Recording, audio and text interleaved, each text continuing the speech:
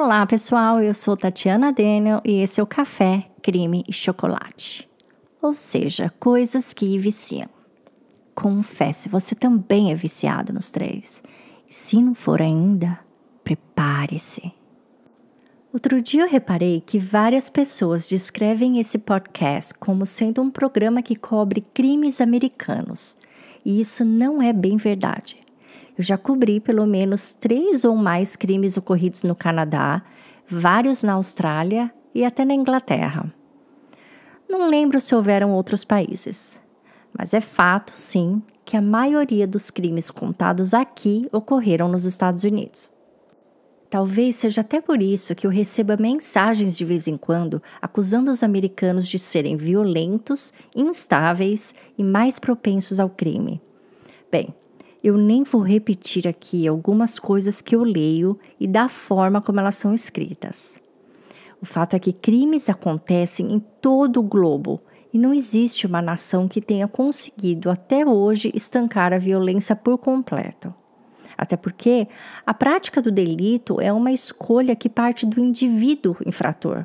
E onde houverem seres humanos, haverão escolhas, das mais diversas, desde as melhores até as piores. Não é certo que a gente generalize raças e nacionalidades, enquanto que a grande diferença está mais no controle feito pelas leis de cada lugar e nas consequências aplicadas. Eu, em minhas pesquisas, estudo bastante esses temas e vejo, inclusive, que algumas culturas não divulgam seus casos criminais como outras, por diversas razões. E por isso temos a falsa impressão de que em alguns locais ocorrem mais crimes do que em outros. Portanto, para mesclar um pouco esse mapa, eu vou tentar trazer alguns casos de países diferentes, saindo um pouquinho da rota habitual. Então, especialmente hoje, preparem o café com uma dose de Baileys, porque o caso que eu vou contar se passou na Irlanda e conta a história do assassinato da jovem de 17 anos, Rainey Murray. Lembrando que o conteúdo a seguir trata de assuntos delicados, violentos e extremos, portanto, fique atento aos gatilhos. Sua audiência não é recomendada a menores de 14 anos.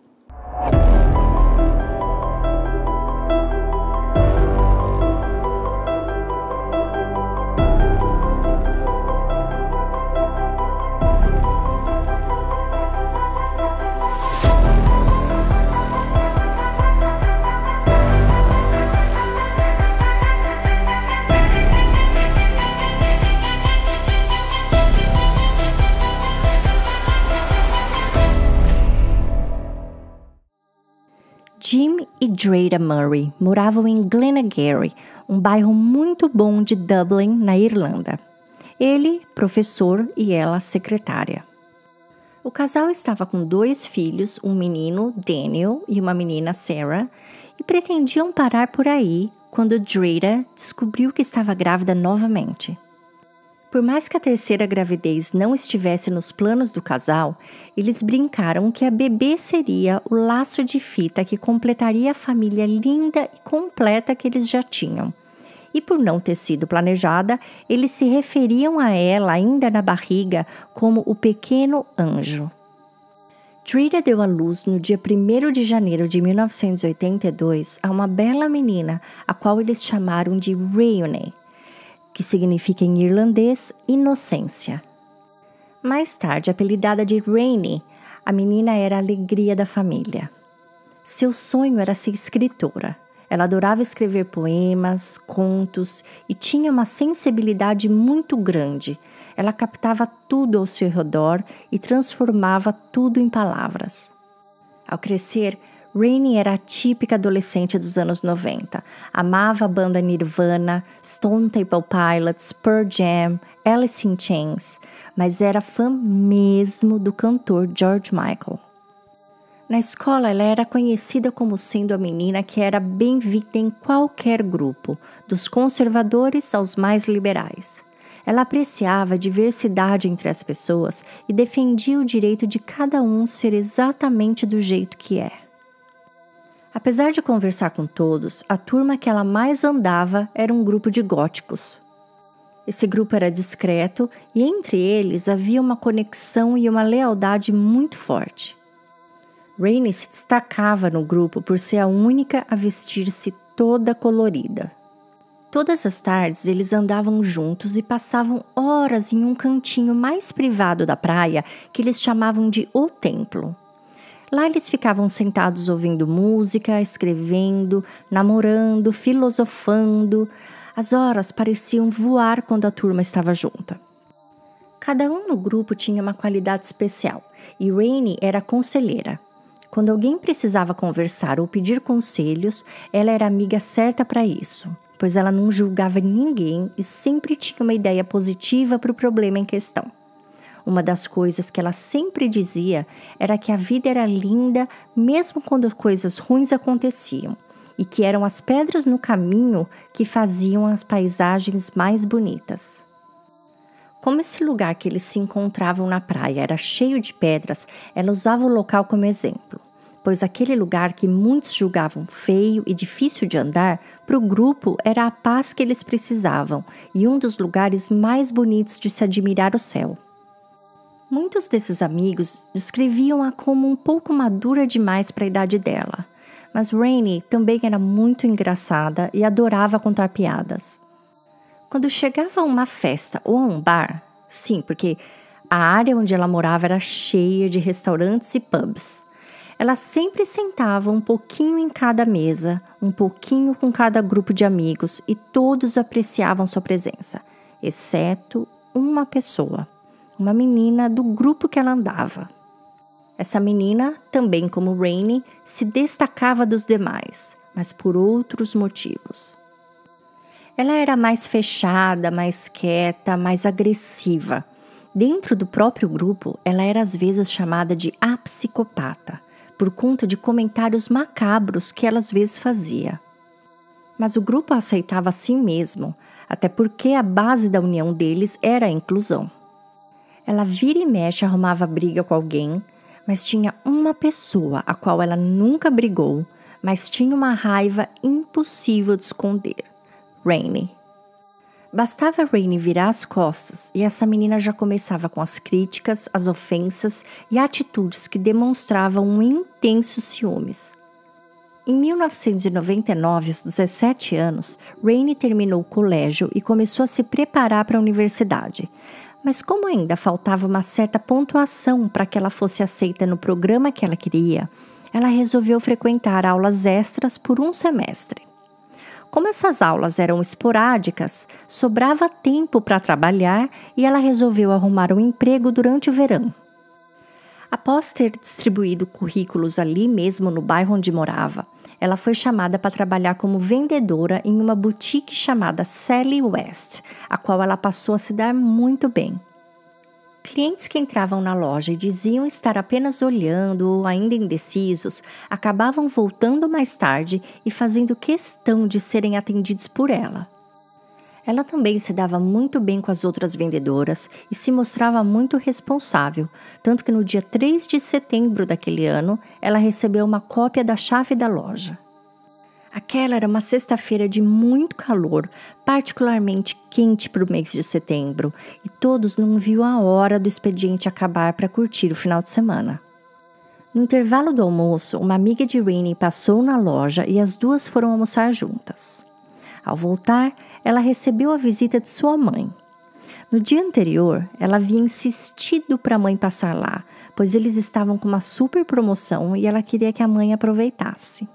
Sendo assim, a mãe pediu a tarde de folga no trabalho e foi para Sally West encontrar a filha.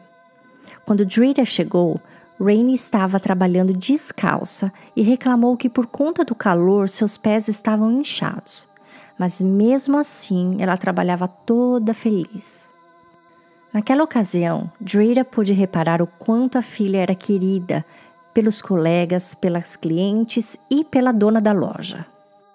Ela passou horas no provador e enquanto a filha trazia vários modelos bonitos para ela provar, elas iam conversando e se divertindo. No dia seguinte, as vendedoras receberiam o pagamento e Rainey comentou com a mãe e com as colegas que, como sabia que receberia uma excelente comissão, ela compraria de presente para o pai uma caneta Montblanc, pois era aniversário dele e ele havia acabado de conseguir um emprego novo, um emprego que ele queria muito. Então, cada roupa que a mãe experimentava e gostava, as amigas da loja comentavam: "Isso mesmo, Rainy, olha lá, já está pagando a Montblanc."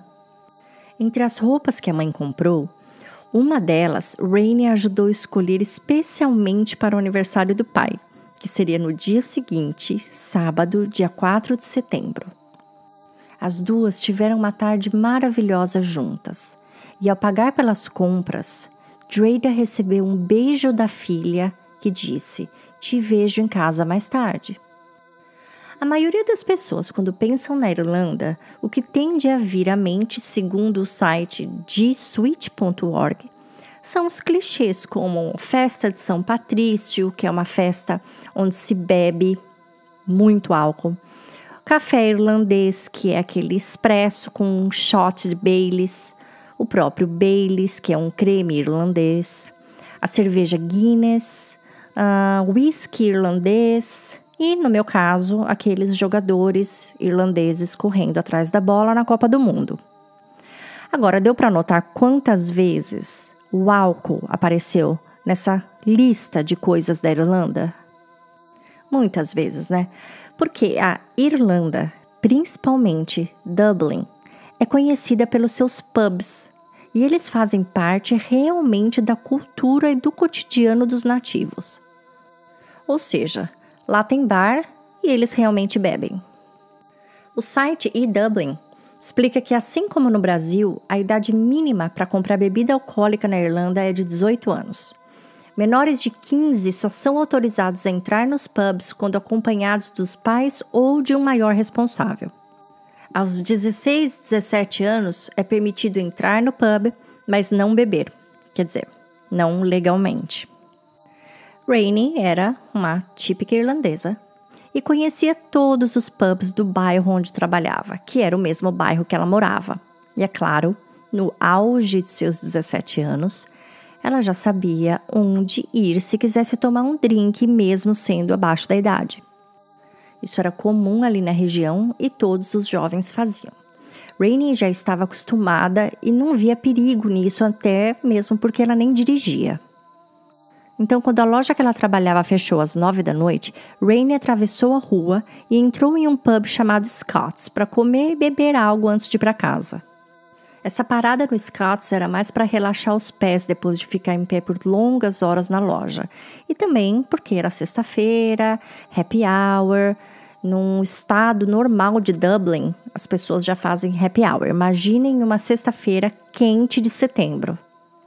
Aquela noite, Rainy tinha um trabalho de babysitter para fazer, mas o trabalho acabou cancelando, então ela estava com a noite toda livre para fazer o que quisesse. Ela encontrou um pessoal que ela conhecia já da turma dela no Scott's, e lá eles resolveram mais tarde ir para uma boate chamada Paparazzi, que era a preferida de Rainy. Só que ela precisava passar em casa, se trocar e pegar um dinheiro.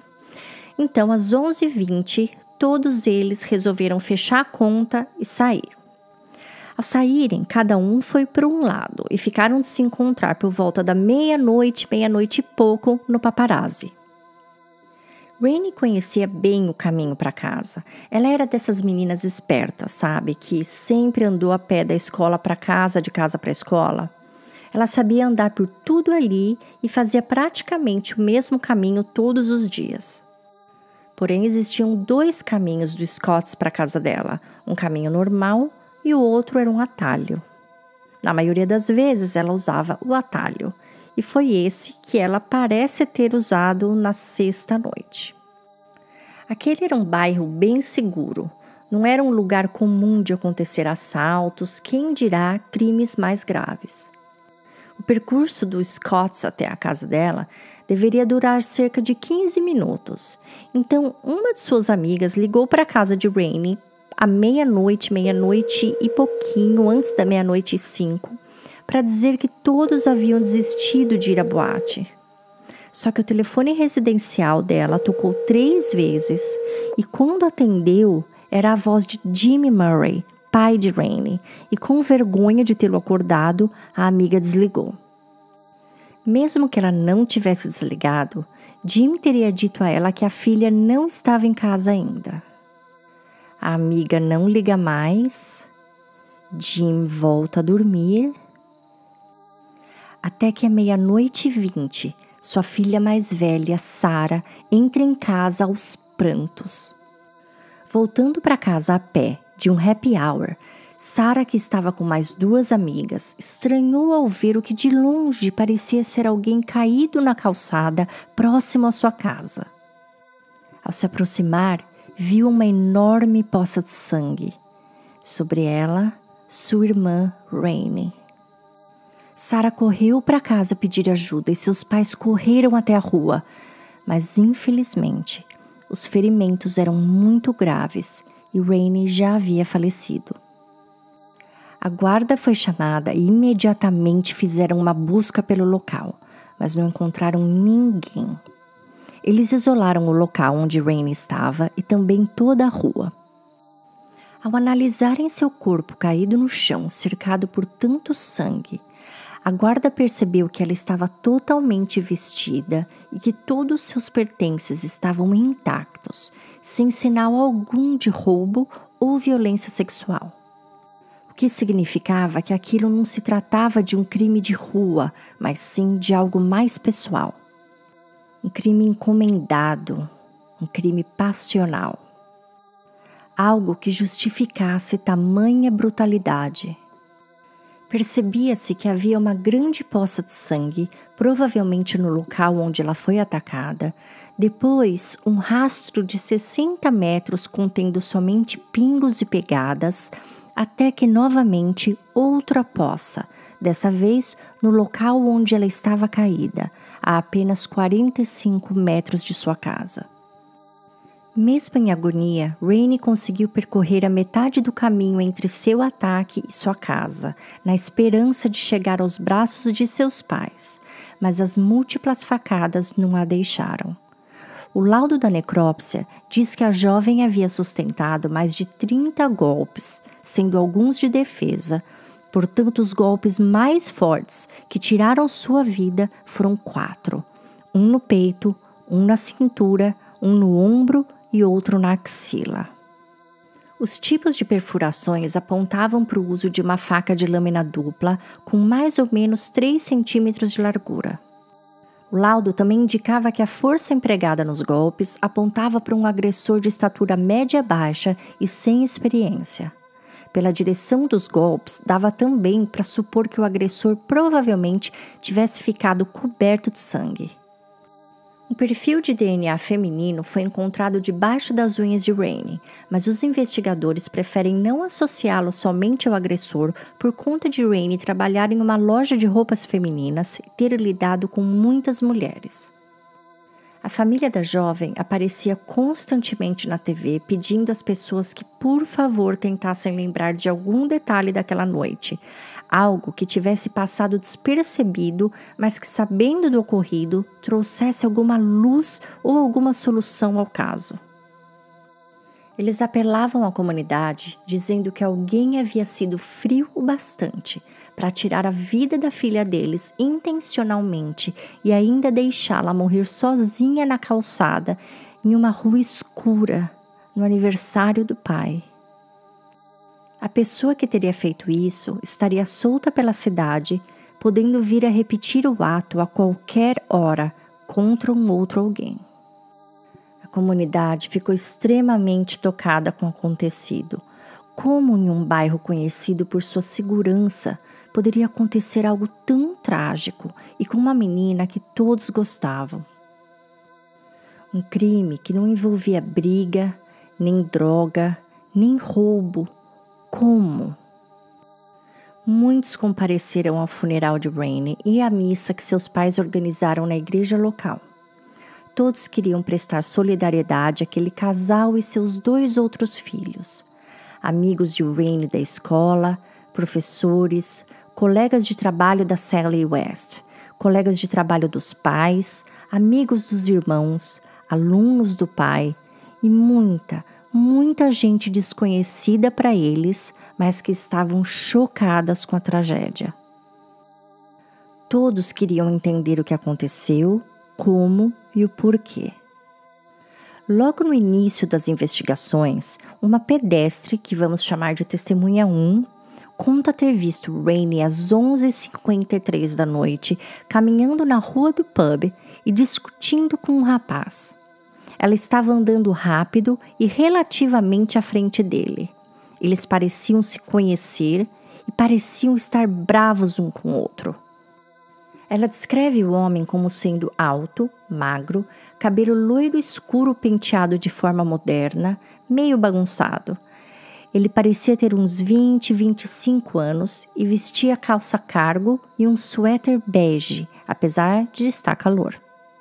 Uma segunda testemunha, a qual chamaremos de testemunha 2, diz ter visto Rainey na esquina da rua do Scott's Pub com a Gleanery Avenue, à 00:03, e nessa ocasião ela estava sozinha.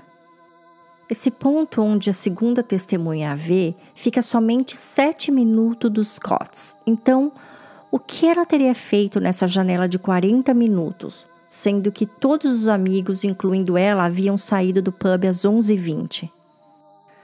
Um grupo que chamaremos de testemunha 3 estava na varanda de casa e diz ter visto Rainey passar enquanto brigava com alguém. Ela pedia para a pessoa deixá-la em paz e termina pedindo para a pessoa se lascar. Os amigos que estavam com ela no Scott's Pub também foram entrevistados, seguindo de todos os seus outros amigos e colegas de trabalho, da escola, de todos os lugares. Todos tinham apenas coisas maravilhosas a dizer sobre Rainey. Às vezes, a gente pensa que quando alguém morre, todos passam a dizer apenas coisas boas sobre aquela pessoa. Mas no caso dela, as provas de caráter eram mais concretas. Em pouco tempo trabalhando na loja, o livro de sugestões e elogios registrava vários relatos sobre Rainey e sua simpatia e prontidão. Sua própria chefe havia feito um elogio à mãe de Rainey na sexta-feira que ela esteve na loja. Ela comentou que esperava que Rainey pudesse continuar trabalhando lá pelo menos por meio período depois que a faculdade começasse, pois Rainey era muito querida e se dava bem com todos. Professores entrevistados mostravam relatórios de comportamento que indicavam uma conduta exemplar por parte da menina e também uma aceitação unânime por parte dos colegas. Seus pais mostraram aos investigadores a quantidade de cartões e presentes que a filha mais nova ganhava em seus aniversários, relembrando o quanto ela era especialmente querida. Sendo assim, estava difícil para os investigadores justificar tamanha brutalidade. Fora do círculo de amigos que estavam no bar com ela aquela noite, os investigadores também entrevistaram moradores e donos de comércio que ficavam em todo o trajeto feito por Rainey. Uma moradora da quadra que ela foi atacada disse ter visto por volta da meia-noite um rapaz de mais ou menos 20 anos, de calça comprida e camiseta de manga curta, saindo correndo da ruela. A polícia apelou ao público pedindo informações sobre esse rapaz, mas informação nenhuma foi obtida. Sem muitas pistas, os investigadores passaram a focar no grupinho de góticos que ela andava. Às vezes, eles os entrevistavam em grupo, outras um a um, para captar possíveis alterações nas versões. Uma das integrantes do grupo chamou mais a atenção dos guardas, a menina que tinha ciúmes de Rainey. Seu nome nunca foi divulgado e ela nunca foi formalmente acusada, por ter um álibi para aquela noite e por seu DNA não ser compatível com o das unhas de Rainey. Mas alguns fatos a colocam em uma posição duvidosa nesse quebra-cabeça. Uma testemunha diz ter visto uma jovem de idade entre 17 e 23 anos, de cabelos castanhos na altura dos ombros, como o dela, na rua onde Rainey foi atacada, no mesmo momento que a guarda chegou no local. Essa menina também foi a primeira a avisar todo o grupo que Rainey havia morrido. Acontece que ela avisou a todos bem cedo pela manhã e até aquele momento a única notícia que se tinha era de que um corpo havia sido encontrado esfaqueado na rua. Ninguém havia divulgado um nome ainda, então como ela sabia que era Rainey? Nas entrevistas, os guardas notavam que seu comportamento era mais fechado e ela demonstrava sinais mais sólidos de agressividade e falta de empatia. Eles também vieram a descobrir que seu namorado era obcecado por Rainey e antes de namorá-la, deixava claro a todos o quanto ele era apaixonado pela jovem que não lhe dava bola. Essa garota tinha laços de família com integrantes do IRA e passava um certo ar de superioridade até mesmo aos guardas, que logo a cortaram da lista de suspeitos. Um ano após o ocorrido, ela mudou-se de Dublin e foi morar em outro país, mas volta e meia visita a família e ainda tem contato com algumas pessoas do grupo. O segundo indivíduo no radar da guarda seria um jovem que Rainey conheceu na boate Paparazzi mais de um mês antes do assassinato. As amigas dela não sabiam o nome dele, mas podiam reconhecê-lo, descrevendo-o como magro, alto, de cabelo loiro escuro, bem vestido. Elas disseram que quando Rainey o conheceu, os dois dançaram e depois saíram para tomar um lanche. Logo após, Rainey foi embora, mas sentiu que estava sendo seguida e decidiu parar no apartamento de uma das amigas no meio do caminho. Ela estava tão assustada que, ao invés de continuar andando para casa, chamou um táxi. Na ocasião, ela não disse se era o cara que ela havia dançado e tomado um lanche a pessoa que estava seguindo ela. E a amiga também na época não perguntou. Um terceiro suspeito seria um homem de mais ou menos 25, 30 anos que pegou um táxi próximo à rua do ataque por volta da 00:10. O taxista percebeu que ele tinha sangue na calça e descreveu o comportamento dele como estranho. Ele disse que o passageiro estava agitado e disse que precisava chegar em casa rápido antes da namorada dele.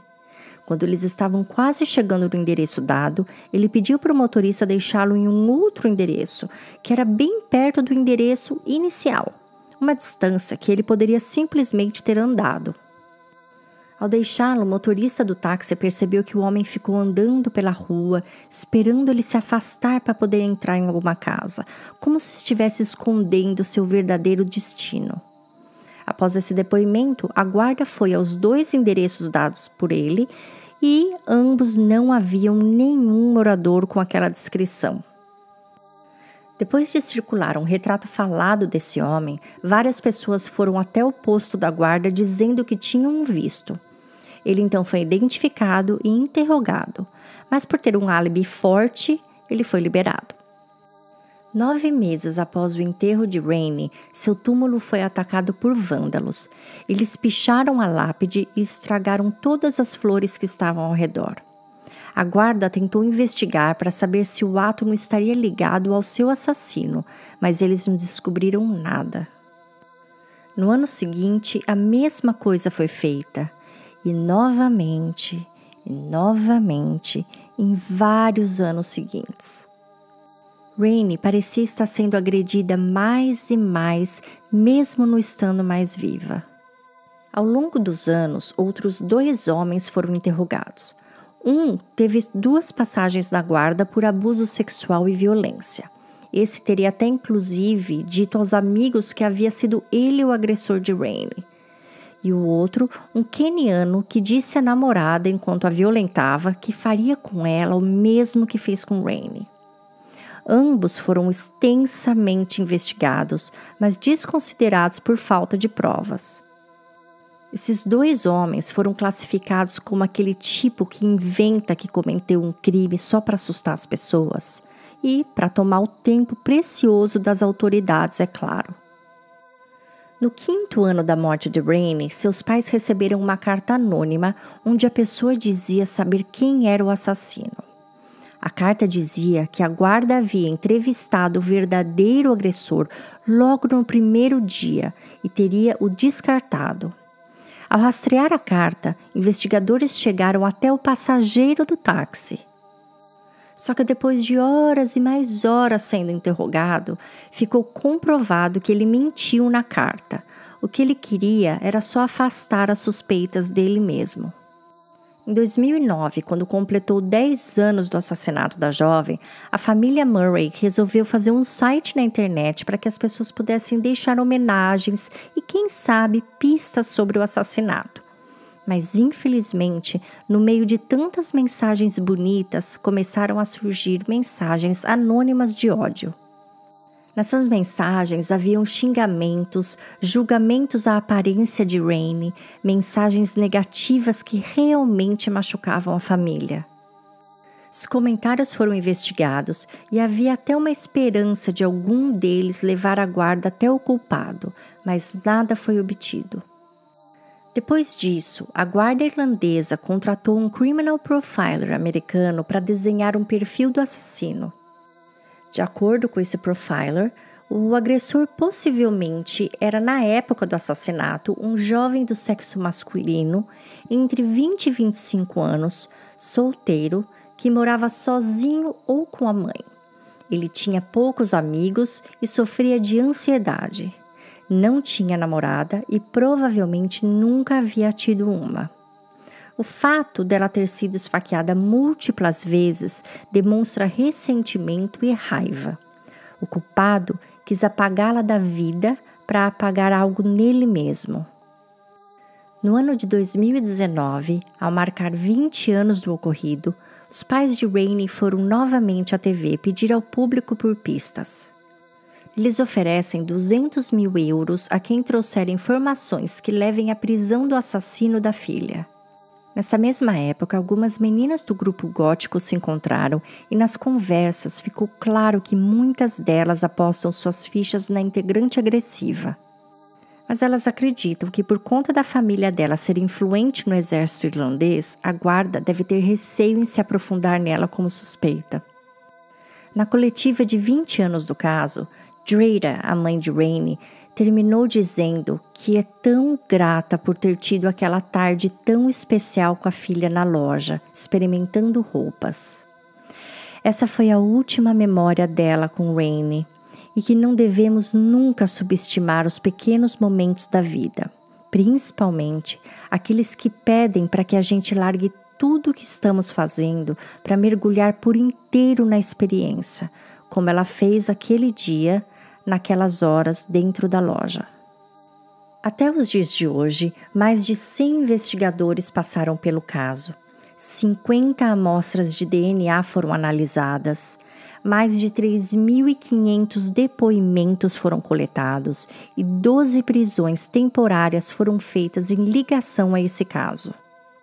Mesmo assim, ninguém foi oficialmente acusado por falta de provas. De acordo com o sargento Don Griffin, que deu entrevista ao Irish Times, essa é uma das maiores e mais longas investigações de Dublin e a guarda não pretende fechá-la tão cedo. Ele espera que, eventualmente, uma crise de consciência faça o culpado se entregar. Bom, a história termina por aqui. Agora eu quero ouvir o que vocês pensam desse caso. Quem é, na sua opinião, o assassino ou assassina de Rainey? Seria a amiga gótica, ciumenta, invejosa e violenta? Ou o loiro alto e magro que ela dançou um mês antes do ocorrido? Ou seria o passageiro do táxi com sangue na calça? Outra pessoa? Quem seria? Então, o que vocês acham? Para alimentar um pouco aqui a discussão, eu vou deixar duas coisas que me chamaram a atenção nesse caso. Primeiro, o fato deles dizerem que o DNA poderia ser de clientes da loja. O DNA embaixo das unhas dela. Bom, eu não acho que se pode comparar o ato de você tocar alguém enquanto oferece uma roupa para provar com uma possível luta. Até mesmo porque ela passou 2 horas e meia no Scott's Bar depois do trabalho, bebendo e certamente foi ao banheiro. Imaginando que ela tenha lavado a mão, o DNA é mais provável ser do agressor, nesse caso da agressora, já que é um perfil feminino. Outra coisa, por mais que ela tivesse DNA de alguma cliente, ela teria que ter um segundo perfil nas unhas, porque é impossível que ela não tenha coletado nada no momento que se defendia. Até porque ela tinha perfurações de defesa nos braços, o que indica uma luta. Outro fator estranho que chamou minha atenção: as testemunhas 1 e 2 dão os horários muito específicos. A primeira diz tê-la visto com alguém às 11h53. E a testemunha 2 diz tê-la visto sozinha à 00h03. Eu não sei, mas quando eu penso em algo que eu vi ou que eu fiz, dificilmente eu sei o minuto. Ou então eu diria 11h30, 11h45, 11h50, não assim 11h53. Por que não 11h52? Por que não 11h54? Sabe? Eu só achei esses números muito detalhados. A outra pessoa, 00h03. Eu diria 00h, não 00h03. Então, eu não sei, infelizmente, como esse caso não é dos Estados Unidos, eu não consigo ver o processo, eu não consigo ver nada oficial da polícia. Então, eu não sei se esse horário é algo que a imprensa colocou ali, digamos que a imprensa tenha arredondado, ou a guarda arredondou, ou não sei. Eu só acho difícil uma testemunha vir com um horário tão preciso. Bom, as fotos e as fontes sobre esse caso estão no nosso site www.crimesmistériosbrasil.com. Se você gostou da narração, por favor, deixe sua recomendação nas redes sociais para que mais gente encontre o podcast. Se você fizer sua recomendação no Twitter, é só nos marcar no perfil @CcrimeCpodcast. Tem também uma página no Facebook que você pode compartilhar e um perfil no Instagram. Para quem quiser sugerir um caso, é só preencher o formulário de sugestão no nosso site na aba de contato. E obrigada por acompanhar. Na semana que vem eu volto com mais um caso. Não esqueçam de ficar de olho ao andar sozinhos na rua, principalmente em locais escuros e, se possível, sempre ande acompanhado. Enfim, se cuidem, protejam-se e fiquem bem.